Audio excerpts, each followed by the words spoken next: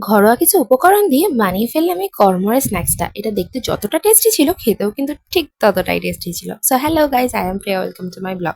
আর আজ আমি আলু আর ব্রেড দিয়ে বানিয়ে ফেললাম এই কর্মরের স্ন্যাক্সটা। তো চলো ঝটাপট তোমাদের সাথে রেসিপিটা শেয়ার করে নেওয়া যাক। আর আমার রেসিপি যদি তোমাদের ভালো লাগে তাহলে অতি অবশ্যই আমার ভিডিওটা লাইক আর আমার চ্যানেলটা তোমরা সাবস্ক্রাইব করে নিও। তো প্রথমেই পকোড়াটা বানানোর জন্য আমরা আলুটাকে গ্রেট করে নিলাম। এরপরে আলুটাকে ভালো মতো করে ধুয়ে নিলাম। পেঁয়াজগুলোকে ডুমো ডুমো করে কেটে নিয়ে লঙ্কাও কিন্তু আমরা ডুমো ডুমো করে কেটে নিলাম। তারপরে একটা পাত্রে আমরা কয়েক পিস পাউরুটি নিয়ে সেটাকে জলে ভিজিয়ে নিলাম। জলে ভিজিয়ে নেওয়ার পর সেই পাউরুটিগুলোকে ছোট ছোট করে পিস করে আলাদা একটা বাটিতে নিয়ে নিলাম। তার মধ্যে আগে থেকে আমি দিয়ে রেখেছিলাম গ্রেট করা আলু, লঙ্কা আর পেঁয়াজ। তার মধ্যে আমি অ্যাড করে দিলাম নুন, হলুদ, চিলি ফ্লেক্স, অরিগ্যানো। তারপরে এটাকে ভালো মতো করে আমি মেখে নিলাম।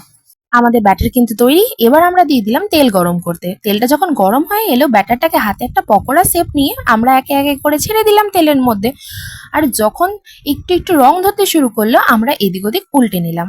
ভালো মতো করে ভাজা হয়ে যাওয়ার পরে এটা আমরা একটা পাত্রের মধ্যে তুলে নিলাম।